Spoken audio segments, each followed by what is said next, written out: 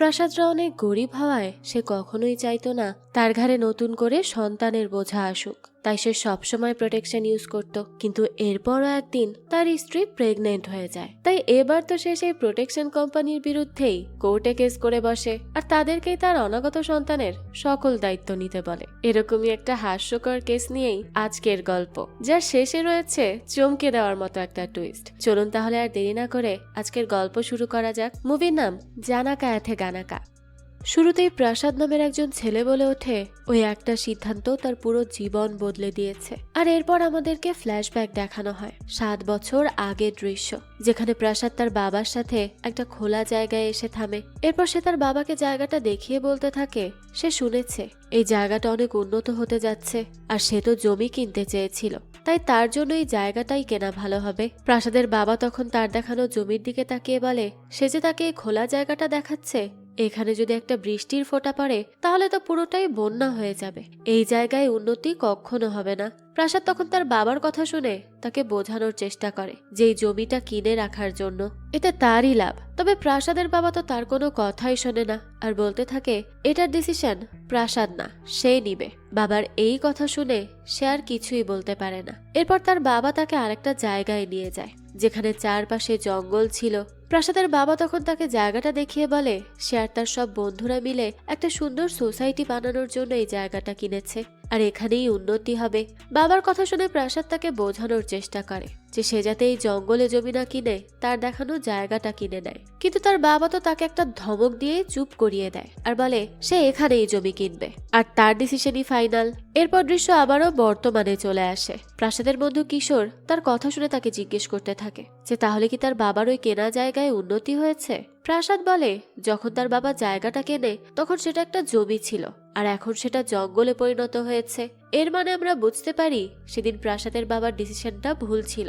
আর প্রাসাদ এখন বর্তমানে যে আলিশান বিল্ডিং এর একটা ফ্ল্যাটে দাঁড়িয়ে আছে সেই জায়গাটাই প্রাসাদ 7 বছর আগে তার বাবাকে কেনার জন্য পরামর্শ দিয়েছিল। আর প্রাসাদের কথা মতো আজ সেই জায়গাটা অনেক উন্নত হয়েছে, বড় বড় বিল্ডিং হয়েছে।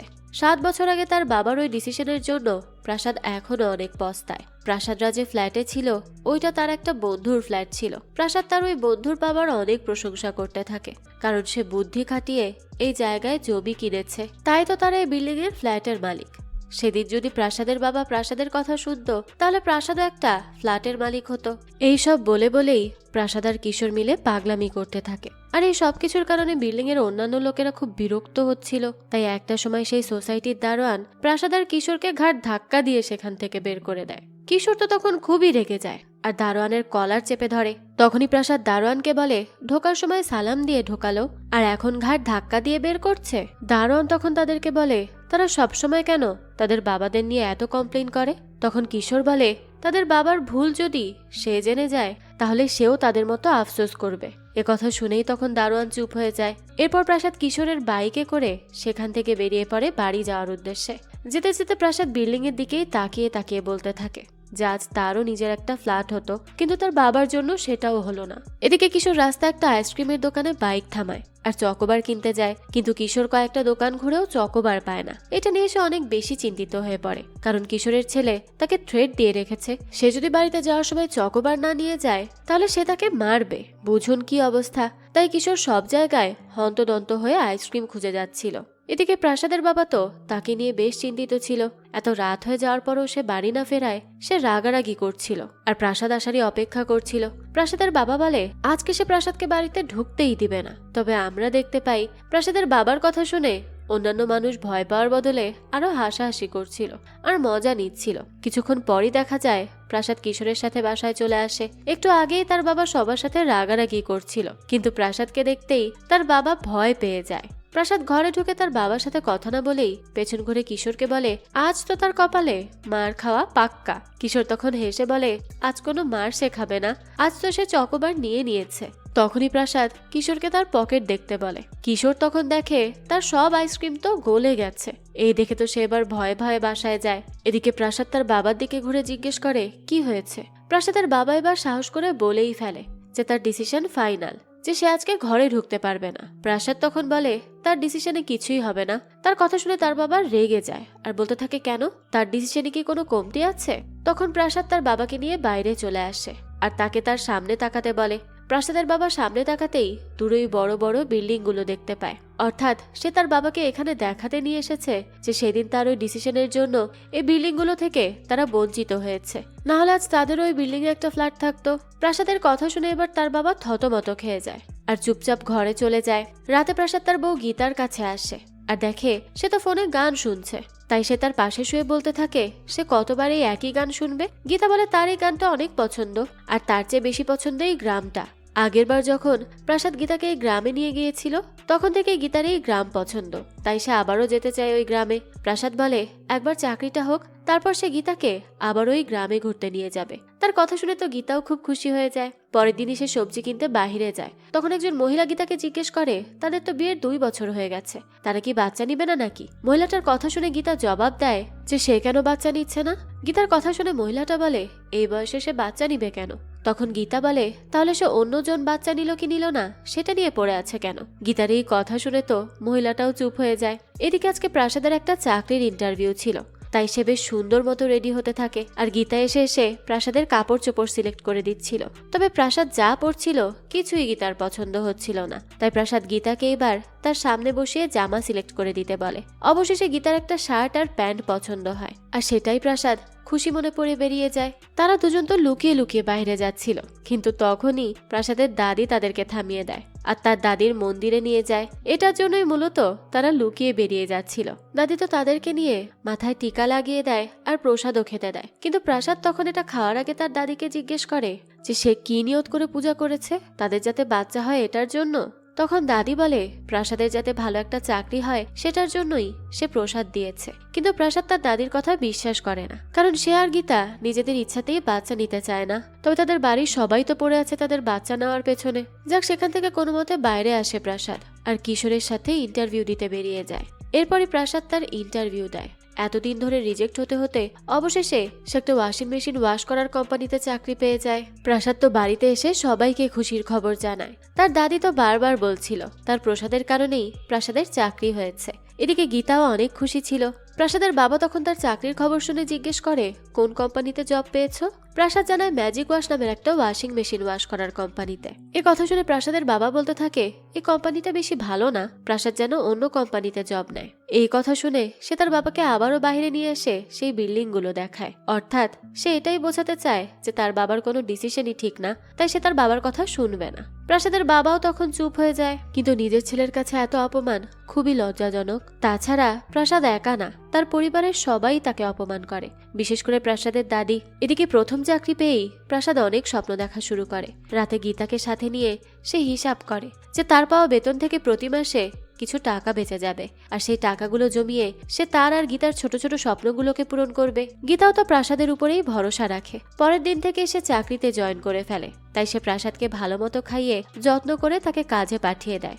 এভাবেই প্রাসাদের চাকরি জীবন শুরু হয়ে যায়। অনেক ব্যস্ত থাকতে হয় তাকে, তবুও সে বাড়িতে এসে গীতার মুখ দেখে সব কষ্ট ভুলে যায়। গীতাও প্রাসাদের বেশি করে টেক কেয়ার করা শুরু করে। সে যত রাতেই বাসায় আসুক না কেন, গীতা তার জন্য না খেয়ে বসে থাকে। এভাবেই সে তার কেয়ার করে যায়। আর এখন তো পুরো পরিবার মিলে বেশ ভালোভাবেই চলতে পারছে। সবকিছু ভালোই যাচ্ছিল, তবে প্রাসাদের চাকরির অসুবিধাও ছিল প্রচুর। তার কাজ হলো ওয়াশিং মেশিন ঠিক করা, কিন্তু এটা করতে গিয়ে প্রায় প্রতিদিনই তাকে প্রতিটা বাড়িতে গালি খেয়ে আসতে হয়, কারণ অন্যদের বাড়িতে মেশিন নষ্ট হয়ে গেলে যখন প্রাসাদটা ঠিক করতে যায় তখন প্রাসাদকেই গালি খেতে হয়। এটা নিয়ে প্রাসাদ অনেক বেশি বিরক্ত ছিল। একদিন রাতে তো সে তার বন্ধু কিশোরের সাথে দেখা করে। আসলে কিশোর প্রাসাদের চেয়ে অনেক বড়, তবুও তাদের বন্ধুত্বপূর্ণ সম্পর্ক অনেক ভালো, তাই দুজন দুজনের কথা অনায়াসে শেয়ার করতে পারে। তাই আজও কিশোর প্রাসাদের সাথে দেখা করে তার সব সমস্যা বলে। সে জানায় তার ছেলের স্কুলে অ্যাডমিশনের জন্য 1 লাখ টাকা দরকার। এই কথা শুনে তো প্রাসাদ খুবই অবাক হয় যে স্কুলে অ্যাডমিশন নেওয়া এত কঠিন। তো কিশোরের পর বলতে থাকে আসলে তার কাছে কিছু টাকা শর্ট পড়েছে, তাই তার 10,000 টাকা লাগতো, সে কি দিতে পারবে? প্রাসাদ তো তাকে অনায়াসেই টাকা দিয়ে সেখান থেকে বাসায় চলে আসে। বাসায় ঢুকেই সে দেখে গীতা প্রতিদিনের মতো আজকেও তার জন্য অপেক্ষা করে আছে। তবে গীতা প্রাসাদকে ক্লান্ত হয়ে ঢুকতে দেখে একটু চিন্তায় পড়ে যায় যে তার কি হয়েছে। প্রাসাদ জানায় কাস্টমারদের থেকে গালি খাওয়ার জন্য কাজ করছে সে, কিন্তু কিচ্ছু করার নেই, মাস শেষে স্যালারিটা প্রয়োজন তার। প্রাসাদের কথা শুনে অনেক খারাপ লাগে গীতার। আসলেই সে অনেক কষ্ট করে শুধুমাত্র টাকা কামিয়ে তার পরিবারকে খুশি রাখার জন্য। সেদিন রাতে খাওয়া দাওয়া শেষ করে শোয়ার সময় প্রাসাদ খেয়াল করে গীতা তাকে কিছু বলার চেষ্টা করছে, কিন্তু বলতে পারছে না। তখন সেই জিজ্ঞেস করে গীতা কি কিছু বলতে চায়। গীতা তখন আমতা আমতা করে বলে তার এখন জিলাপি খেতে মন যাচ্ছে, তবে প্রাসাদ অনেক ক্লান্ত ছিল তাই সে এটা বলতেও পারছিল না। কিন্তু প্রাসাদ তার এই কথা শুনে বলে সে এই কথাটা বলতে পারছিল না, সে স্বামী হয়ে তার জন্য এতটুক করতে পারবে না। এই বলেই সে জিলাপি আনতে চলে যায়। অনেক খুঁজেও সে কোথাও জিলাপি পাচ্ছিল না। শেষমেশ একটা দোকানে গেলে দোকানদার জানায় জিলাপি ছিল, একটু আগে একটা লোক কিনে নিয়ে গেছে। তখনই সে দেখতে পায় লোকটা বেশি দূর যায়নি। আর এটা দেখেই সে লজ্জা সংকোচ না করে লোকটার কাছে গিয়ে নিজের ওয়াইফের জন্য একটু জিলাপি চায়। প্রাসাদের কথাবার্তা শুনে লোকটার ভালোই লাগে, তাই সে তার কেনা জিলাপিগুলো প্রাসাদকে দেয়। সে তাকে টাকা সাধলেও লোকটা টাকা নেয় না। প্রাসাদের নিজের স্ত্রীর প্রতি ভালোবাসা দেখে লোকটার বেশ ভালো লেগেছিল। তো প্রাসাদ তখন লোকটার কাছ থেকে অল্প কিছু জিলাপি নিয়ে সোজা বাসায় চলে আসে। জিলাপি দেখে গীতা তো অনেক খুশি হয়ে যায় আর মনের সুখে খেতে শুরু করে। প্রাসাদ তখন তার গীতাকে বলতে থাকে যে সে যতই ক্লান্ত বা ব্যস্ত থাকুক না কেন, গীতার যখন যেটা খেতে মন চাইবে সে যাতে কোনো রকম সংকোচ না করে তাকে জানায়। বোঝাই যায় সে তার স্ত্রীকে কতটা ভালোবাসে। দৃশ্য চলে যায় পরের দিন। প্রাসাদ কিশোরের সাথে কথা বলতে আসলে দেখে তার গালে অনেকগুলো মারের দাগ। এটা দেখে তো সে তাকে জিজ্ঞেস করে কি হলো, তার বউ তাকে মেরে এই হাল করেছে নাকি। কিশোর বলে বউ না, তার ছেলে এই হাল করেছে। এই কথা শুনে প্রাসাদ হাসতে থাকে, কিন্তু এতে কিশোর রেগে বলে তার তো বাচ্চা নেই তাই সে বুঝবে না। তখন প্রাসাদ তার হাসি থামিয়ে বলে তার বাচ্চা চাইও না, তাদের তো টাকাও নেই একটা বাচ্চা পালার জন্য। আর যখন তার টাকা হবে আর তার বাচ্চাকে সুন্দর জীবন দিতে সে সক্ষম হবে তখনই সে বাচ্চা নিবে, তার আগে নয়। কিশোর তখন তার সাথে একমত হয়। এদিকে প্রাসাদের কাজের প্রেসার আস্তে আস্তে আরো বাড়তে থাকে, আর সাথে কাস্টমারদের গালাগালি খাওয়া তো আছেই।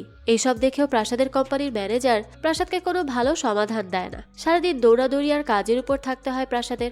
এসব দেখে গীতা অনেক বেশি কষ্ট পায়। তাই সে কিশোরকে বলে সে যাতে আর বেশি প্রেসার না নেয়, তাদের কাছে যে টাকা জমা আছে সেগুলো দিয়ে তারা কয়েক মাস চলে নিবে, তারা না হয় অন্য কোনো সময় টাকা হলে ঘুরতে যাবে। এটা শুনে তো প্রাসাদ তার উপর অনেক খুশি হয়। তবে প্রাসাদের একটু খারাপ লাগে, কারণ সে তার বউয়ের এই ইচ্ছাটা পূরণ করতে পারছে না। তবে দেখা যায় দিন দিন প্রাসাদের ম্যানেজারের অত্যাচার বাড়তে থাকে, সাথে কাস্টমারদের ঝামেলা, সব মিলিয়ে সে এবার ডিসাইড করেই ফেলে যে সে আর এই চাকরিটা করবে না। তাই সে সেদিনই তার জব থেকে রিজাইন নিয়ে নেয়। এদিকে প্রাসাদের পুরো পরিবার উঠে পড়ে লেগেছে তার বাচ্চা হওয়ার জন্য। তাই সে বাসায় যেতেই তার বাবাকে প্রাসাদ ডাকে আর বলে সে একটা ডিসিশন নিয়েছে, কিন্তু সে তো তার বাবার কোনো ডিসিশনেই পাত্তা দেয় না। তার বাবা তখন রেগে মেগে বলে তাদের বিয়ে 3 বছর হয়ে গেছে, সে এখনো বাচ্চা নিচ্ছে না কেন।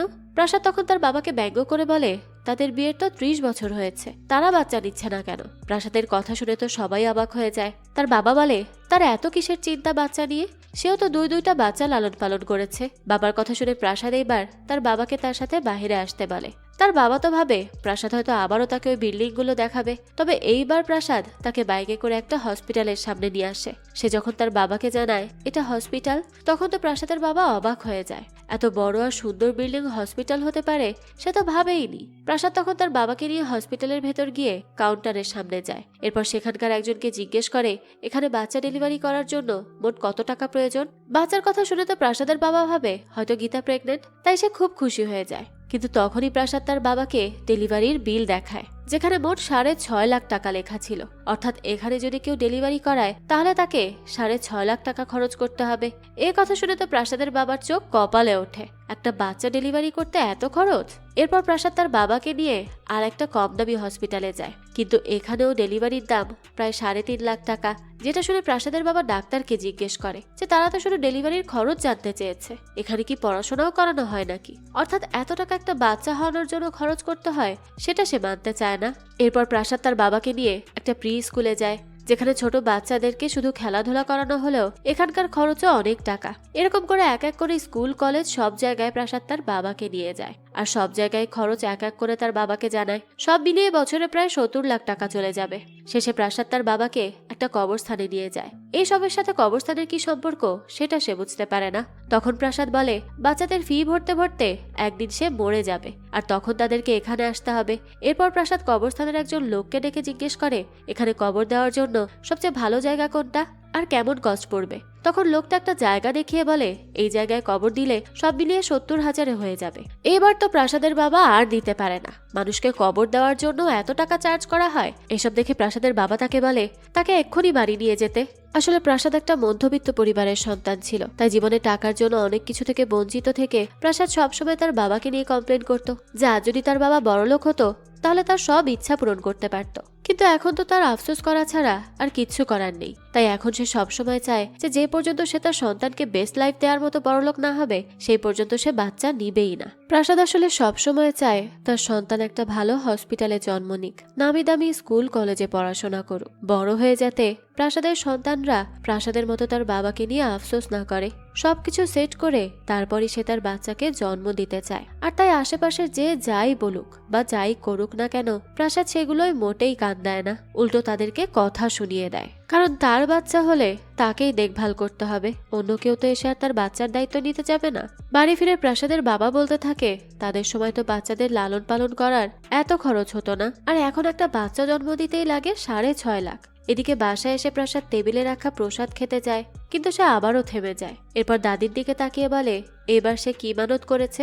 দাদি তখন বলে, আর কি মানত করবে, তারা তো শুধু প্রাসাদের ঘরে একটা বাচ্চাই চায়। এই কথা শুনে প্রাসাদ প্রসাদটা ফেলে দেয়। এরপর তার দাদিকে নিয়ে তার ঘরে চলে যায় আর তোষকের নিচ থেকে একটা প্যাকেট বের করে আর দাদিকে দেখিয়ে বলে, এই জিনিসটা তাদের সময় ছিল না, তাই তারা অনেকগুলো করে বাচ্চা তৈরি করেছে, তবে এখন তাদের কাছে এটা আছে, তাই যে পর্যন্ত এটা তাদের কাছে আছে সে পর্যন্ত তারা বাচ্চা নিবে না। প্রাসাদের কথা বলার মাঝেই পেছন থেকে গীতা তার কাছে আসে আর জানায় সে প্রেগনেন্ট। এই কথাটা প্রথমে বুঝতে পারে না প্রাসাদ, কিন্তু তার দাদি তো খুশির খবর শুনে খুশিতে নাচতে শুরু করে আর প্রাসাদের কানের কাছে গিয়ে বলে, এটা প্রাসাদের ট্যালেন্ট, এজন্যই তো বাচ্চা এসেছে, তার প্রসাদের জন্য না। এই কথাটা বলে প্রাসাদের দাদি সবাইকে জানাতে থাকে গীতার প্রেগনেন্সির ব্যাপারে। আর এই কথাটা যখন প্রাসাদের মাথায় ঢোকে তখন তো প্রাসাদ একেবারে শক খেয়ে যায়। এদিকে এতদিনের বাসনা পূরণ হওয়ার পর প্রাসাদের মা বাবা দাদির তো খুশির শেষ নেই, তারা বাকি সবাইকে খুশির খবর দিয়ে দেয়, মিষ্টিও খাওয়ায়। এদিকে এরপর থেকে প্রাসাদ তো শুধু বারবার একটা কথাই ভাবছিল যে সে তো প্রোটেকশন ইউজ করেছিল, তাও কিভাবে বাচ্চা হয়ে গেল। সেদিন রাতে প্রাসাদ গীতাকে আমতা আমতা করে বলে, তারা তো আগে থেকে ডিসাইড করেছিল যে আজকাল বাচ্চাদের লালন পালন করার খরচ অনেক, তাই তারা এখন বাচ্চা নিবে না। প্রাসাদের কথা শুনে গীতা হেসে বলতে থাকে, বাচ্চা পালা নিয়ে গীতার কি টেনশন, সব তো প্রাসাদ সামলে নিবে। গীতা প্রাসাদকে অনেক বিশ্বাস করে আর সে জানে যে কোনো পরিস্থিতিতেই প্রাসাদ ঠিকই কোনো না কোনো সমাধান খুঁজে নিবে, তাই গীতা সব সময় নিশ্চিন্তে থাকে। এদিকে গীতার এমন কথা শুনে আর কিছুই বলার সাহস পায় না প্রাসাদ। পরের দিনই প্রাসাদ কিশোরের কাছে ওই প্যাকেটটা নিয়ে যায় আর বলে তার জন্য একটা কেস আছে। কেসের কথা শুনে তো খুবই খুশি হয়ে যায় কিশোর, কারণ এত বছরই উকিল হওয়া সত্ত্বেও সে এখন পর্যন্ত একটাও কেস পায়নি। তবে যখন প্রাসাদ জানায় কিশোরকে কেস লড়তে হবে প্রাসাদের জন্য, তা আবার একটা প্রোটেকশন কোম্পানির বিরুদ্ধে, তখন সে কিছুটা অবাকই হয়। কিছুক্ষণ পরই কিশোরের মাথায় কথাটা ঢোকে যে গীতা প্রেগনেন্ট আর প্রাসাদ এই প্রেগনেন্ট হওয়ার পুরো দোষ দিচ্ছে ওই প্রোটেকশনকে, যে এটাই ভালো ছিল না, তাই গীতা প্রেগনেন্ট হয়েছে। আর এই কারণেই প্রাসাদ এখন এই প্রোটেকশনের কোম্পানির বিরুদ্ধে কেস করবে আর 1 কোটি টাকা জরিমানা দাবি করবে। এরপর আমরা দেখি কিশোর আর প্রাসাদ মিলে আসলে ওই কোম্পানির নামে কেস করে দেয়। এরপরে কেস চলে যায় কোর্ট পর্যন্ত, মহল্লার বাকি সবার কাছে পৌঁছে যায় এই খবর। সবাই তো বলতে থাকে এরকম একটা জিনিস নিয়েও কেউ আবার কেস করে নাকি, আবার কতজনের কাছে এটা ঠিকও লাগছিল। এভাবেই কেস চলতে থাকে আর কেস লড়ার জন্য প্রথমবার কিশোর কোর্টে আসে, ক্লায়েন্ট হিসেবে আসে প্রাসাদ। এদিকে ওই কোম্পানির মালিকও প্রাসাদের কেস লড়ার জন্য রাজি হয়ে যায়, তাদের কোম্পানির হয়ে একজন উকিলকেও পাঠানো হয়। কিছুক্ষণ পর সেখানকার জজও উপস্থিত হয়ে যায়। এরপর সবার প্রথমে কিশোর দাঁড়িয়ে বলে তাদের প্রোডাক্ট কাজ করে না, তখন অপর উকিল যোগু বলে তাদের প্রোডাক্ট কাজে দেয়। কিশোর বলে না, প্রোডাক্ট কাজে দেয় না। এভাবেই দুই উকিলের তর্ক চলতে থাকে। তখন জজ তাদেরকে জিজ্ঞেস করে যে আসলে কি কাজ করে না, কিসের কথা বলছে তারা। তখন কিশোর বলে তাদের কোম্পানির প্রোটেকশনের প্রোডাক্ট ভালোভাবে কাজ করে না আর এ কারণে তার বন্ধুর ওয়াইফ প্রেগনেন্ট হয়ে গেছে। এই কথা শুনে তো জজ অবাক হয়ে যায়। এরপর সে কেসের ফাইল পড়ে পুরো ব্যাপারটা বুঝতে পারে। শুধুমাত্র একটা প্রোটেকশন ফেল হয়ে প্রেগনেন্ট হয়ে যাওয়ার জন্য কেউ কেস করতে পারে, এটা তার প্রথম দেখা ছিল। যাক, এরপরই প্রাসাদকে কাঠগড়ায় দাঁড় করানো হয়। যেহেতু প্রাসাদে কমপ্লেইনটা করেছে, তাই তার জবাব শোনাটা ভীষণ জরুরি। এরপর যোগু প্রাসাদকে জিজ্ঞেস করে সে বাজারে এত এত প্রোডাক্ট থাকা সত্ত্বেও তাদের প্রোডাক্টটি কেন ব্যবহার করলো। প্রাসাদ জানায় তাদের প্রোডাক্টের প্রচুর পরিমাণে মার্কেটিং করা হতো, সব জায়গায় তাদের প্রোডাক্টের প্রচার করা হতো আর ফ্রিতেও দেওয়া হতো, তাই সবসময় প্রাসাদ এই প্রোডাক্টটি ইউজ করত। প্রাসাদের কথা শুনে এবার যোগুও চুপ হয়ে যায়, কারণ প্রাসাদ তো ভুল কিছু বলেনি, তাদের প্রোডাক্টের মার্কেটিং বেশিই করা হতো। তাই যোগু এবার আর কিচ্ছু বলতে পারে না। এখন জজ সবকিছু বিবেচনা করে আর একটা তারিখ দেয় তার ফাইনাল রায় বলার জন্য, অর্থাৎ কেস আজকে শেষ হবে না, এই কেস চলতেই থাকবে। এদিকে আস্তে আস্তে এই খবর সব জায়গায় ছড়িয়ে যায়। টিভি নিউজ চ্যানেলে প্রাসাদের ছবি সহ কেসের ব্যাপারে বলা হয়, যেটার জন্য আশেপাশের সব মানুষ এসে জড়ো হয় প্রাসাদের বাড়িতে, আর তার বাবাকে অনেক কথা শোনাতে থাকে। এরকম একটা জিনিসের জন্য প্রাসাদ কিভাবে কেস করতে পারে। প্রাসাদের বাবাও তখন সবাইকে কি বলবে এটা বুঝতে পারে না, তাই তাদের কাছে ক্ষমা চেয়ে সে সবাইকে পাঠিয়ে দেয়। এরপর প্রাসাদ বাসা আসলে তার বাবা তাকে খুব বকতে থাকে। প্রাসাদের বাবা বলে সে তার বাবা মার সম্মানের চিন্তা না করলেও একবার তার ওয়াইফ গীতার চিন্তা করত, সেটাও তো সে করলো না। বাবার কথা শুনে প্রাসাদ তখন গীতার দিকে তাকিয়ে দেখে গীতা একটা রুমে মন খারাপ করে বসে আছে, কারণ প্রাসাদের এরকম কর্মকাণ্ডের কারণে গীতাকেও লজ্জিত হতে হয়েছে। আর এরপর থেকে গীতাও প্রাসাদের সাথে ঠিকভাবে কথা বলে না। পরের দিনে গীতা হসপিটালে চেক আপের জন্য বের হয়, যেটা দেখে প্রাসাদ গীতার হাত থেকে ফাইল নিয়ে বলে সে গীতাকে হসপিটালে নিয়ে যাবে। তখনই প্রাসাদের বাবা গীতার কাছে আসে, আর গীতা প্রাসাদের সাথে কোনো কথা না বলে প্রাসাদের বাবার সাথে চলে যায় চেক আপের জন্য। প্রাসাদও তখন কিচ্ছু বলতে পারে না, তবে সে তার কেস থামিয়েও দেয় না। পরের ডেটে প্রাসাদ ঠিক টাইমেই পৌঁছে যায় কোর্টে। সেদিন প্রাসাদকে আবার প্রশ্ন করা হয় যে সে যে তাদের কোম্পানির প্রোডাক্ট ব্যবহার করেছে তার কি প্রমাণ আছে। প্রাসাদ এদিকে এই কথার সহজ প্রমাণ সহ উত্তর দেয় যে সে তাদের প্রোডাক্টের রেগুলার কাস্টমার ছিল, আর তাদের কোম্পানি থেকে প্রাসাদের ছবিও তোলা আছে। প্রাসাদের সব প্রমাণ দেওয়াতে এইবারও যোগুর কথা বলা বন্ধ হয়ে যায়, তাই কেসের সময় আবারও বাড়ানো হয় আর একটা তারিখ দেওয়া হয়। পরের দিন গীতা যখন আবার চেক আপের জন্য হসপিটালে যেতে নেয়, তখন প্রাসাদ আবারও গীতার সাথে যেতে চায়। তখন গীতা প্রাসাদের বাবার দিকে তাকায়। প্রাসাদের বাবা এবার গীতাকে প্রাসাদের সাথে যাওয়ারই অনুমতি দিয়ে দেয়। গীতাও তখন রাজি হয়ে যায়। সে তখন প্রাসাদের বাইকে গিয়ে খুশি মনে উঠে পড়ে, আর তখনই সেখানে কিশোর এসে বলে আজ তো প্রাসাদের কোর্টে যাওয়ার ডেট আছে আর তাকে এক্ষুনি যেতে হবে। এ কথা শুনেই তো গীতার মুখ চুপসে যায়। প্রাসাদেরও আর কোনো উপায় ছিল না, তাই সে চলে যায় তার কেস লড়তে। ফলে গীতার এইবারও তার শ্বশুরের সাথেই হসপিটালে যেতে হয়। এইবার কোর্টে প্রাসাদকে প্রশ্ন করার আগে প্রোটেকশনের প্যাকেটটা বের করে উকিল। এরপর সেটা খুলে প্যাকেটে থাকা কন্ডিশন পেপার দেখিয়ে বলে প্রতিটা প্যাকেটেই এই পেপার দেওয়া হয়, যেখানে স্পষ্টভাবে লেখা আছে যে যারা এই প্রোডাক্টটা ব্যবহার করবে মাঝে মাঝে তাদের এই প্রোডাক্টে সমস্যাও হতে পারে। ভুলবশত মানুষ প্রেগনেন্ট হয়ে যেতে পারে, তাই প্রোডাক্ট ব্যবহার করার আগে কি প্রাসাদ এটা পড়ে নেয়নি? এইবারের প্রশ্নটা অনেক জটিল ছিল, তবে প্রাসাদ এইবারও প্রশ্নের উত্তরটা দিয়ে দেয় যে প্যাকেটে লেখা কন্ডিশনগুলো ইংলিশে লেখা, আর তার মতো স্বল্প শিক্ষিত মানুষ এত ইংলিশ লেখা বুঝবে কিভাবে। সে অনুযায়ী প্যাকেটের কন্ডিশনগুলো ইংলিশ ভাষা না লিখে নিজেদের ভাষায় লেখা উচিত ছিল। এটা তো আর প্রাসাদের দোষ না। প্রাসাদের কথা শুনে সেখানে উপস্থিত সবাই প্রাসাদের সাথে একমত হয়। এবার যোগু আবারও চুপ হয়ে যায়। সবার কাছে এবার যোগু হাসির পাত্র হয়ে যায়। এমনকি জজও প্রাসাদের সাহসিকতার জবাব দেখে ভীষণ খুশি হয়। এবারও কেস চলমান থাকে। আবার আর একটা তারিখ দেওয়া হয়। এদিকে গীতার প্রেগনেন্সির টাইম বাড়তে থাকে। গীতা ধীরে ধীরে অসুস্থ হতে থাকে। সবচেয়ে বেশি প্রভাব পড়ে মানসিক অশান্তির জন্য। প্রাসাদ গীতাকে আগে অনেক ভালোবাসতো, অথচ এখন তার প্রেগনেন্সির সময় প্রাসাদ গীতার সাথে হসপিটালে যাওয়ার সময়টাও পায় না, শুধু কোর্টেই দৌড়াদৌড়ি করে যায়। এই সবকিছু গীতার খুব খারাপ লাগে। সে তো এখন প্রাসাদের সাথে কথাও বলে না। এটা দেখে প্রাসাদ গীতাকে বোঝানোর চেষ্টা করে যে সে কেন এমন করছে, কিন্তু গীতা তো কোনো কথাই শোনে না। সে উল্টো দরজা লাগিয়ে বসে থাকে। প্রাসাদ গীতাকে অনেকক্ষণ ধরে ডাকে। তখন গীতা দরজা খুলে প্রাসাদকে বলে সে তো কখনো তাকে হসপিটালে নিয়ে যায়নি, তবে কোর্টে ঠিকই যায়, আর এইসব সে শুধু টাকার জন্য করছে, তাই না? গীতার কথা শুনে প্রাসাদ গীতার দিকে তাকিয়ে বলে সেও তাকে দিয়ে এটাই ভাবছে, কিন্তু ছোটবেলা থেকে প্রাসাদ আফসোস করে এসেছে যে তার বাবা তাকে আগে থেকে কেন সেটেল করেনি। আর এই আফসোসটা যদি তার নিজের সন্তানকেও করতে হয়, এই রিস্ক প্রাসাদ দিতে চায় না। তার বাচ্চার জন্য সে ভালো একটা জীবন চায়, আর সেটা করার জন্যই প্রাসাদের টাকার দরকার। আর তাই এখন আর প্রাসাদের দুঃখ নেই যে তার বাচ্চা হবে, তার আসল দুঃখ হচ্ছে সে তার সন্তানকে ভালোভাবে পালতে পারবে কিনা সেই নিয়ে। প্রাসাদের কথা শুনে গীতা বলে তার কি তার ওয়াইফের প্রতি কোনো দরদ নেই। এই কথাটা বলেই গীতা আবারও দরজা লাগিয়ে দেয়। এদিকে প্রাসাদের পুরো কথা শুনে প্রাসাদের বাবাও এবার চুপ হয়ে যায়। এরপর প্রাসাদরা আবারও কোর্টে যায়। কোর্টের ভেতর গিয়ে কিশোরকে সানগ্লাস পরতে দেখে জজ তাকে তার চশমা খুলতে বলে। কিশোর চশমা খুলতেই আমরা দেখতে পাই কিশোরের চোখ ফোলা, মানে কিশোর তার ছেলেকে মজা করে বলেছিল যে আজ সে চকোবার আনেনি, আর তার জন্যই তার ছেলে তার এই অবস্থা করেছে। জজ তো এটা দেখে একেবারেই হেসে দেয়। কিছুক্ষণ পর সব ঠিক করে আবারও বিচার শুরু করে। এইবার যোগু বেশ সিরিয়াস ভাবেই আসে আর জজকে বলে তারা খোঁজ নিয়ে দেখেছে যে প্রাসাদ আগে থেকেই বাচ্চা নিতে চাইতো না। যোগুর কথা শুনে এবার জজ প্রাসাদের জবাব শুনতে চায়। তখন প্রাসাদ মাথা নিচু করে জানায় হ্যাঁ এটা সত্যি যে সে বাচ্চা নিতে চাইতো না।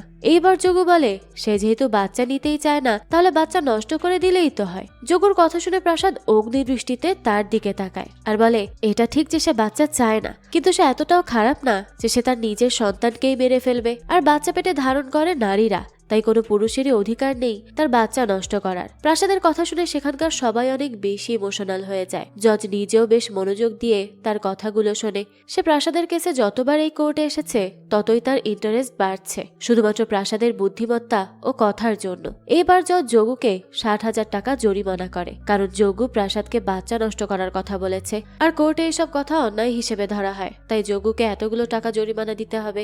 এদিকে প্রাসাদের কেস করার পর ওই কোম্পানির সেল কমে যাচ্ছে। এখন অনেকে এই প্রোডাক্ট কিনতে ভয় পাচ্ছে। এর মধ্যে আবার যোগুর জরিমানার কথা। প্রতিটা নিউজ চ্যানেলে এখন তাদের কোম্পানির নাম। এটা দেখে এবার অনেক বেশি রেগে যায় কোম্পানির মালিক। সে যোগুর উপর অনেক রাগ দেখায়, কারণ এতদিনেও সে সামান্য একজন ছেলের সাথে কেস জিততে পারেনি। তাই এবার কোম্পানির মালিক যোগুকে বের করে দিয়ে একজন নতুন উকিলকে নিয়োগ দেয়। তার নাম হলো অজয়। লোকমুখে শোনা যায় অজয় আজ পর্যন্ত কোনো কেসে হারেনি, আর অজয়ের কাজ এবং বুদ্ধিমত্তাকে কেউ হারাতে পারেনি। তাই অজয় এখন থেকে যোগুর বদলে নিজে প্রাসাদের বিরুদ্ধে লড়বে। সে কোর্টে যাওয়ার আগে প্রাসাদের সব ব্যাকগ্রাউন্ড জেনে নেয়। এরপর কোম্পানির মালিককে বলে সে যাতে মিডিয়া হ্যান্ডেলটা করে, কারণ আজকাল প্রতিটা নিউজ চ্যানেলে তাদের নিয়ে নেগেটিভ কথা উঠছে। আর এদিকে অজয় এই কেসটা সহজে হ্যান্ডেল করে নিবে। এরপর আবারও কোর্টের রায়ের ডেট চলে আসে। সবাই সেখানে এসে উপস্থিত হয়। শুরুর দিকে প্রাসাদের কেসের রায় দেখার জন্য তেমন কেউ সেখানে উপস্থিত ছিল না, কিন্তু ধীরে ধীরে সেখানকার মানুষজন বাড়তে থাকে। অর্থাৎ সবাই এখন প্রাসাদের এমন উদ্যোগের জন্য খুশি হয়েছে। এরপর আমরা দেখি অজয়ের আজকে প্রথম দিন ছিল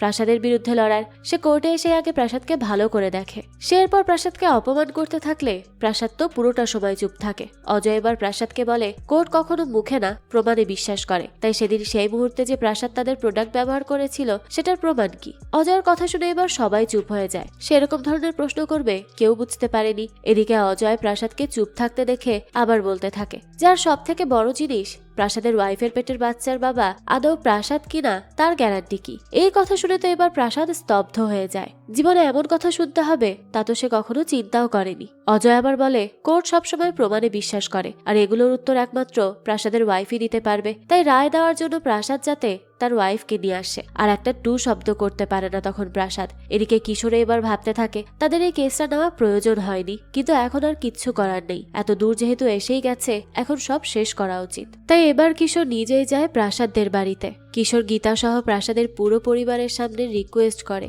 গীতা যাতে সেদিন কোর্টে উপস্থিত থেকে রায় দেয়। গীতাকে শুধুমাত্র 2টা শব্দ বলতে হবে, এর ফলে কেসটাও শেষ হয়ে যাবে আর প্রাসাদকেও তার পরিবার ছেড়ে কোর্টে ছুটতে হবে না। সব সমস্যার সমাধান হয়ে যাবে। কিশোরের কথা শুনে গীতা তাকে বলতে থাকে যে প্রাসাদের সাথে থেকে এখন কি সেও পাগল হয়ে গেছে। প্রাসাদ তার পরিবার ওয়াইফ ছেড়ে কোটি টাকার পেছনে ছুটছে, তাই গীতা এখন রিস্ক নিতে পারবে না। সে তার বাবার বাড়িতে চলে যাবে। গীতার কথা শুনে সবাই অবাক হয়ে যায়। এদিকে গীতা তার কথা বলে বাড়ি থেকে বেরিয়ে যায়। সবাই তাকে আটকালেও সে কোনো কথা শোনে না। তখন প্রাসাদও সেখানে গীতাকে এভাবে চলে যেতে দেখে তাকে আটকায়, তবে গীতা তার কথাও শোনে না। তখনই একটা অটো নিয়ে একা একা তার বাবার বাড়ি চলে যায় সে। প্রাসাদের তো আর কিচ্ছু করার থাকে না। এরপর থেকে তাদের দূরত্ব বেড়ে যায়। প্রাসাদ প্রতিটা কোনায় গীতাকে মিস করে। এদিকে গীতাও তার মার বাড়িতে গিয়ে একদম চুপচাপ হয়ে যায়। এই অবস্থায় গীতা অতিরিক্ত টেনশন করে আরো বেশি অসুস্থ হয়ে পড়ে। এসব গীতার মা দেখে সেও আর সহ্য করতে পারে না। এরপর আজ কোর্টে ফাইনাল রায় ছিল। সেদিনও অজয় এসে প্রাসাদের ওয়াইফকে নিজে কোর্টে দাঁড়িয়ে প্রমাণ দেওয়ার কথা বলে, আর যদি প্রাসাদের ওয়াইফ আজকে না আসে তাহলে এই কেসটা এখানেই ক্লোজ হয়ে যাবে আর প্রাসাদরাও হেরে যাবে। এদিকে প্রাসাদ হেরে যাবে দেখে জজও অনেক মন খারাপ করেছিল, তাই সে তখনও কেসটা ক্লোজ করছিল না, কিছু সময় অপেক্ষা করছিল। তাই আবারও আরেকটা তারিখ দেওয়া হয়। প্রাসাদ এখন আরো বেশি চুপচাপ হয়ে যায়। এতদিন প্রাসাদের পরিবার গীতা চলে যাওয়ার জন্য প্রাসাদকে দোষ দিচ্ছিল, কিন্তু এখন সবারই প্রাসাদকে দেখে কষ্ট লাগছিল। প্রাসাদও তো এত সব করছে শুধুমাত্র তার সন্তানকে একটা ভালো জীবন দেওয়ার জন্য। কিশোরও তার বন্ধুর কষ্ট খুব ভালো করেই বুঝতে পারে, সাথে গীতারটাও। তাই সে প্রাসাদকে বলে সে যাতে গীতাকে মানিয়ে বাড়িতে নিয়ে আসে। প্রাসাদ বলে গীতার রাগ কখনোই ভাঙবে না। প্রাসাদের মতে বিজনেসম্যানরা এক প্রকার ডাকাতি করছে তাদের উপর, কারণ সব জায়গায় সবকিছুতে বাচ্চাদের খরচ বেশি পড়ে যায়। যেখানে একজন বড় মানুষের শার্টের দাম একরকম হলে বাচ্চাদের শার্ট আবার তার চেয়ে দ্বিগুণ দাম নেয়। যেখানে বাচ্চাদের ড্রেসে কাপড় কম লাগে, পরিশ্রম কম লাগে, সেখানে বাচ্চাদের জিনিসে এত বেশি দাম। আর এসব কারণে আজকালকার বাবা মারা বাচ্চাদের পেছনে খরচ করতে করতেই ফকির হয়ে যাচ্ছে। প্রাসাদের কথা শুনে এবার কিশোর ভেবে দেখে যে তাই তো, প্রাসাদ তো ভুল কিছু বলেনি। পরের দিনই প্রাসাদের বাবা প্রাসাদকে ডেকে তার বাইকে ওঠায় তাকে কোথাও নিয়ে যাওয়ার জন্য। প্রাসাদও কিছু জিজ্ঞেস না করে তার বাবার কাছে চলে যায়। এরপর প্রাসাদের বাবা প্রাসাদকে একটা খালি জায়গায় নিয়ে আসে, যেখানে পানি দিয়ে ভরাট করা ছিল। আসলে এই জায়গাটাই সেই 7 বছর আগে প্রাসাদের বাবা তার ডিসিশন না শুনে নিজের ডিসিশনে কিনেছিল, আর ভেবেছিল জায়গাটা অনেক উন্নত হবে। তবে এখন এই জায়গাটাতে পানি জমে পুকুর হয়ে আছে। প্রাসাদের বাবা তখন প্রাসাদকে জমির সামনে এনে বলে ওই দিন সেই জমিটা কিনেছিল, ভেবেছিল এখানে একটা বাড়ি করে প্রাসাদকে দিবে। তবে সে জানে না কেন সে প্রাসাদের জন্য যা যা করার জন্য ভেবেছে তার কিছুই হয়নি। সে ছোটবেলা থেকে প্রাসাদকে কিছুই দিতে পারেনি। এই কথাগুলো বলে অনেক বেশি ইমোশনাল হয়ে পড়ে সে। কিন্তু এই ইমোশনাল মুহূর্তেই প্রাসাদ বলে ওঠে সেদিনের ডিসিশনের জন্যই তাদের এখন এই অবস্থা। সেদিন প্রাসাদের কথা শুনলে তো এখন তারা বিল্ডিং এ থাকতো। এই মুহূর্তে এসে আবারও সেই একই কথা প্রাসাদের বাবা মোটেও তার কাছ থেকে আশা করেনি। তাই এবার সে জুতা নিয়ে প্রাসাদকে দৌড়ানি দেয়, কারণ তারও একটা ধৈর্যের সীমা রেখা আছে। দেখতে দেখতে পরের রায়ের তারিখও চলে আসে। ঠিক টাইমে প্রাসাদ সহ সবাই উপস্থিত হয়ে যায় কোর্টে। তবে এবারও প্রাসাদের ওয়াইফের আসার খবর না পেয়ে অজয় জজকে জানায় যে প্রাসাদের ওয়াইফ আর আসবে না। তাই অজয় এখন এই কেসটা ডিসমিস করে দিতে বলে। তবে আমরা দেখতে পাই জজ এখনো মনে একটা আশা নিয়ে রেখেছিল যে গীতা যাতে আসে। এদিকে অজয় আবার জানায় প্রাসাদের এই কেস করার জন্য তাদের কোম্পানির যা যা ক্ষতি হয়েছে, অসম্মান হয়েছে, তা সব তারা প্রাসাদকে দিয়ে মেটাতে চায়। আর এটা তো লিগাল ব্যাপার। অজয়ের কথা শুনে এবার কিশোর চিন্তায় পড়ে যায় যে এতগুলো টাকা প্রাসাদ কিভাবে পাবে। এটা ভেবে ভেবেই সে কোনো কুল কিনারা পাচ্ছিল না। সবাই তো এবার আশাই ছেড়ে দেয় আর কোর্ট এই কেসটা ডিসমিস করার জন্য কাজ করতে থাকে। তখনই সবাইকে অবাক করে দিয়ে সেখানে উপস্থিত হয় গীতা। অর্থাৎ গীতা কোর্টে রায় দেওয়ার জন্যই উপস্থিত হয়েছে। আর গীতার পেছনে আমরা তার মাকে দেখতে পাই। আসলে গীতার মাই তাকে মানিয়েছে এখানে এসে রায় দেওয়ার জন্য, কারণ সে একজন মা হিসেবে ঠিকই বুঝেছে যে প্রাসাদ কখনো তার বাচ্চার খারাপ চায় না, বরং বাচ্চার উজ্জ্বল ভবিষ্যৎ গড়তে চায়। আর তাই প্রাসাদ এইসব করছে। এদিকে গীতাকে দেখে প্রাসাদ অনেক বেশি খুশি হয়ে যায়। এখানে আমরা জজকেও দেখতে পাই যে সবার থেকে আড়াল হয়ে খুব খুশি হয়। অর্থাৎ গীতা আসায় জজ অনেক খুশি হয়েছে। গীতা সোজা কাঠগড়ায় এসে দাঁড়ায়। তখন সে গীতাকে বলে সে যদি চায় তাহলে সব মানুষের সামনে এসব কথা না বলে আলাদাভাবে সে উকিলের সামনে তার কথা বলতে পারবে। তখন গীতা বলে সে তার রায় দিতে লজ্জা পাবে না, তাই সে আলাদাভাবে রায় না দিয়ে সবার সামনে সব সত্যিটা বলবে। সবাই এখন অধীর আগ্রহ নিয়ে বসে থাকে গীতার কথা শোনার জন্য। গীতা সেখানে দাঁড়িয়ে প্রাসাদের হাত ধরে বলে যদি তার কিছু হয় তাহলে তার স্বামী প্রাসাদ সব সামলে নিবে। আর সে কনফার্ম সেদিন রাতে প্রাসাদ তাদের কোম্পানির প্রোডাক্টই ইউজ করেছিল, আর তার পেটে প্রাসাদেরই বাচ্চা, অন্য কারো না। গীতার এই কথা শুনে এবার সবাই স্বস্তির নিঃশ্বাস নেয়। এবার সবার মনের মতো একটা কেস চলছে। কেস শেষ হয়ে যাওয়ার পর জজ নিজে প্রাসাদের সামনে এসে খুশি মনে প্রাসাদ আর গীতার প্রশংসা করতে থাকে। আর প্রাসাদের দিকে তাকিয়ে বলে সব পুরুষের সফলতার পেছনে একজন শক্তিশালী নারী থাকে, যে সেই পুরুষকে সর্বদা সাপোর্ট দিয়ে যায়। এই কথাটা সে অনেকবার শুনেছে, আর আজ সে ওই নারীকে দেখেছে। গীতার জন্য এই প্রাসাদ একদিন সাকসেসফুল হবে। এরকম নারীকে দেখে তার ভয় পাওয়ার কারণ নেই।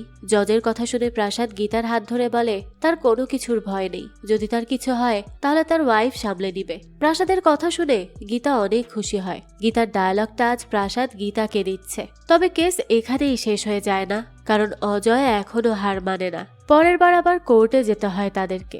এবার গীতা সহ প্রাসাদের পরিবারের সবাই আসে সেখানে। এদিকে গীতাকে বাড়ি নিয়ে যাওয়ার পর প্রাসাদ গীতার আরো অনেক বেশি খেয়াল রাখতে শুরু করে। প্রাসাদের পরিবারও গীতাকে সবসময় মাথায় তুলে রাখে। প্রাসাদও এখন বাবা হওয়ার আনন্দটা ধীরে ধীরে খুব ভালোভাবেই পেতে শুরু করে। তাই এখন থেকেই সে অনেক কিছু করে রাখে তাদের বাবুর জন্য। অন্যদিকে অজয় নিজের হার কিছুতেই মানতে পারছিল না। তাই শেষ মুহূর্তেও সে এমন কিছু করতে চাচ্ছিল যাতে সে প্রাসাদকে হারিয়ে নিজে জিতে যেতে পারে। কারণ একজন মিডল ক্লাস ছেলের কাছে কেস হেরে যাওয়ার মতো অজয় না। দেখতে দেখতে কোর্টের তারিখ চলে আসে। শেষ রায় শোনার জন্য সেদিন অনেক বেশি মানুষ উপস্থিত হয় সেখানে। এবার অজয় প্রাসাদকে সবার সামনে লোভী প্রমাণ করার চেষ্টা করে। সে বলতে থাকে প্রাসাদ অনেক ছোট লোক মানুষ, সবসময় সরকারি স্কুল, সরকারি কলেজ, সরকারি জিনিস এসে পেয়ে যাবে, আর এখানে এসে সুযোগ পেয়ে তাদের কোম্পানির কাছ থেকে 1 কোটি টাকা চেয়ে বসে আছে। সে চাইলে আরো কম চাইতে পারত, তবে প্রাসাদ লোভী, তাই সে এতগুলো টাকা চেয়েছে। অজয় এই কথাগুলো বলে তার নিজের জায়গায় বসে যায়। তখন কিশোর কিছু বলতে চাইলে জজ তাকে কিছু বলার সুযোগ দেয় না, তাকে বসিয়ে দেয়। এরপর প্রাসাদের দিকে তাকিয়ে বলে কোম্পানির লোকেরা তাকে 5 লাখ টাকা দেওয়ার জন্য রাজি হয়েছে, তার এখন মেনে নেওয়া উচিত। এদিকে প্রাসাদ তখনও চুপ থাকে। সবাই তখনও বসেছিল প্রাসাদের কথা শোনার জন্য। কিছুক্ষণ পরই প্রাসাদ হেসে বলে অজয় তো বলতে চাচ্ছে প্রাসাদের মতো মধ্যবিত্ত লোকেরা বড় কিছু পাওয়ার স্বপ্ন দেখতে পারবে না। সব মধ্যবিত্তদের সরকারি স্কুল, কলেজ, হসপিটালে যেতে হবে। এসব কোথায় লেখা আছে? তারা মধ্যবিত্ত দেখে তাদের সাথে অন্যায় হলে তারা সেটার বিচার চাইতে পারবে না? কোটি টাকা কি শুধু বড় লোকরা চাইতে পারবে? প্রাসাদের কথা শুনে অজয় এবার জজকে বলে যে প্রাসাদ যা বলছে কোনো কথায় লজিক বা প্রমাণ নেই। এবার প্রাসাদ বলে দুনিয়ার সব বাবা মা চায় তারা যেমন ভাবে নিজেদের জীবন চালিয়েছে, কষ্ট করেছে, সেরকমটা যাতে তার সন্তানরা না করে। সব বাবা মা চায় তাদের সন্তানরা একটু ভালো স্কুলে পড়ুক, একটু উজ্জ্বল ভবিষ্যতে বাঁচুক। তাহলে মধ্যবিত্তের এই আশা করাটা কি ভুল? আর অজয় নিজেও তো একজন বাবা, সে কি কখনো চাইবে তার সন্তানরা আর্থিক সংকটে পড়ুক? প্রাসাদের কথা শুনে এবার অজয়ও চুপ হয়ে যায়। প্রাসাদ আবার বলে সে 1 কোটি টাকা নিজের জন্য চাচ্ছে না, তার সন্তানের জন্য চাচ্ছে। আজকাল বাচ্চা মানুষ করতে গেলে প্রচুর খরচা করতে হয়। কিশোরও তখন তার কথায় তাল মিলিয়ে অনেক ভালো ভালো কথা বলে। সবাই তো তার কথা শুনে হাততালি দেয়। তখন প্রাসাদ আবার জজকে বলে অজয় যেভাবে একজন লয়ার হয়ে প্রাসাদদের মধ্যবিত্ত বলে অপমান করেছে, বড় ছোট হিসেবে গণ্য করেছে, আইন হিসেবে কথাগুলো লিগাল ছিল না। প্রাসাদের কথা শুনে জজ এবার অজয়ের দিকে তাকিয়ে প্রাসাদের কাছে সরি বলতে বলে। অজয়ের ইচ্ছা না থাকলেও অজয় জজের সামনে সরি বলে। এই মুহূর্তে পুরোপুরি অপমানিত হয়ে যায় সে। আর তখন আমরা বুঝতে পারি জজ লুকিয়া অনেক বেশি খুশি হয়ে যায় এই অজয়কে অপমানিত হতে দেখে। শেষে বলা হয় এই কেসের সাথে জড়িত সবকিছু বিবেচনা করে আগামী 48 ঘন্টার মধ্যেই এই কেসের রায় দেওয়া হবে। অর্থাৎ কেস এখানেই শেষ, এখন শুধু প্রাসাদের জেতার পালা। এদিকে ওই কেসের পর থেকে এবার কিশোরের কাছে একের পর এক কেস আসতে থাকে। কিশোর তো এবার অনেক বড় লয়ার হয়ে যায়। সে তো এতে বেশ খুশি ছিল। তবে প্রাসাদের একটা সামান্য প্রোটেকশন নিয়ে কেস করার কারণেই এখন মোড় অন্যদিকে ঘুরে গেছে। প্রাসাদ সাহস করে কোর্টে সবার সামনে বলেছে আজকাল বাচ্চাদের স্কুল কলেজের ফিস ডাকাতি করে বেশি নেওয়া হচ্ছে, তাই তাদের বাবা মারা সন্তানদের ভালো স্কুল কলেজে পড়াতে হিমশিম খাচ্ছে। আর এই কথার জোরেই এখন সব জায়গায় মানুষ মিছিলে নেমেছে স্কুল কলেজের ফিস যাতে কমানো হয় সেটার জন্য। প্রাসাদ তো সবার চোখ খুলে দিয়েছিল। এদিকে আজ গীতার ডেলিভারির ডেট ছিল। প্রাসাদ তার কথা মতো গীতাকে একটা দামি হসপিটালে নিয়ে আসে। প্রাসাদ তখন তার কাজে ব্যস্ত ছিল। সেই সময় একটা লোক এসে তার পেছন পেছন ঘুরতে থাকে। এটা হলো সেই কোম্পানির লোক যাদের বিরুদ্ধে সে কেস করেছিল। আসলে প্রাসাদ তো কেসটা জিতে গিয়েছিল, তাই কোম্পানি থেকে তার প্রাপ্য 1 কোটি টাকা তাকে পাঠানো হয়েছে এই লোকটার মাধ্যমে। তার কথাবার্তা শুনে এবার প্রাসাদ তাড়াতাড়ি করে টাকা নিয়ে বলতে থাকে এই কথা সে আগে বলেনি কেন?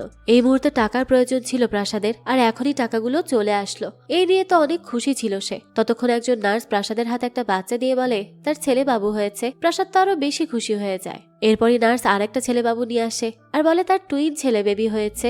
এই কথা শুনে তো প্রাসাদ এবার সেখানেই শক খেয়ে যায়। যেখানে সে একটা বাচ্চার জন্য এত কিছু করলো, এত লড়াই করলো, এখন তার 2টা বাচ্চা জন্ম নিয়েছে। সে তখন তাড়াতাড়ি করে গীতার কাছে যায়। তার টুইন বেবি হবে সেটা সে আগে থেকেই জানতো। তাহলে সে এই ব্যাপারটা প্রাসাদকে বলেনি কেন? গীতা বলে প্রাসাদ জানবে কিভাবে, সে কখনো তার সাথে হসপিটালেই আসেনি, তাই সে আর প্রাসাদকে কিছু জানায়নি। এবার তো প্রাসাদ লুকিয়ে থাকা তার বাবার দিকে তাকায় আর বলে তাকে টুইন বেবির ব্যাপারে না জানানোর ডিসিশনটা তারই ছিল, তাই না? প্রাসাদের কথা শুনে তার বাবা এবার হেসে ওঠে। অর্থাৎ তার বাবাই গীতাকে মানা করেছিল তাকে এসব বলার জন্য। এবার তো প্রাসাদ খুবই রেগে যায়। এরপর আর কি করার, দুইটা বাচ্চাকেই পালতে হয় প্রাসাদের। তবে দুজনের একজনেরও কিছু কমতি রাখে না প্রাসাদ। একদিন প্রাসাদের দাদি প্রাসাদকে প্রসাদ খেতে দেয়। সেটা খাওয়ার আগে সে দাদিকে জিজ্ঞেস করে এখন সে আবার কি মানত করেছে। তার দাদি জানায় তার দুটোই ছেলে হয়েছে, যদি আরেকটা মেয়ে হয় তাহলে ঘরে আলাদাই আলো ঢুকতো।